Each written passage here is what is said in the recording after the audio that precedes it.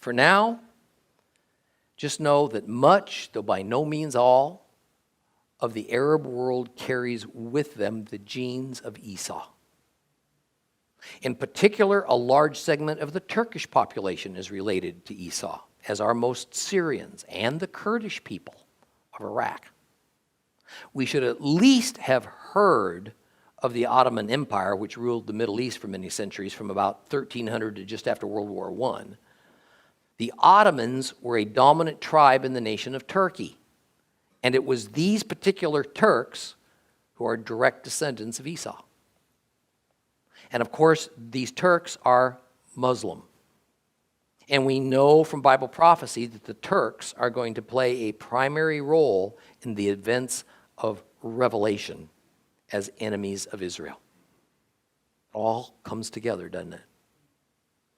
The thing we must also understand is that the majority of Muslims in this world are in some way or another related to Esau, even the ones in Afghanistan. So this enmity that would occur between the twin brothers, Jacob and Esau, almost 4,000 years ago, has everything to do with the condition of our world as it is right now. It's what's led up to our current situation and how it's going to all play out leading up to and through the Great Tribulation. Now, looking at a little more of the blessing, or really, I think, curse, that Esau was given, it says, by your sword shall you live. In other words, violence, pillaging, that shall be Esau's way of gaining wealth and prosperity. And as I have explained on a number of occasions, these prophetic blessings have more effect on the person's future descendants than on the person who originally received the blessing. And that is what we find as we follow the progress of Esau's line. Esau's descendants didn't become shepherds. They became conquerors, bands of robbers who descended on caravans that passed through their lands. War was their way of life. War is even at the heart of what is now their religion, Islam. Further, the blessing also says, and you shall serve your brother.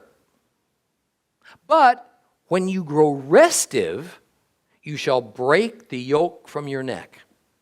It was King David who was the first descendant of Jacob to rule over the descendants of Esau, and as prophesied in the blessing of Isaac.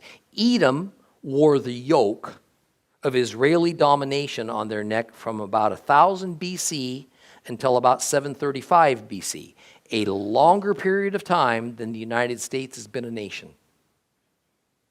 It was King Ahaz of Judah who lost control of the Edomite nation, and not since then have the descendants of Esau admitted to being under the control of an Israelite.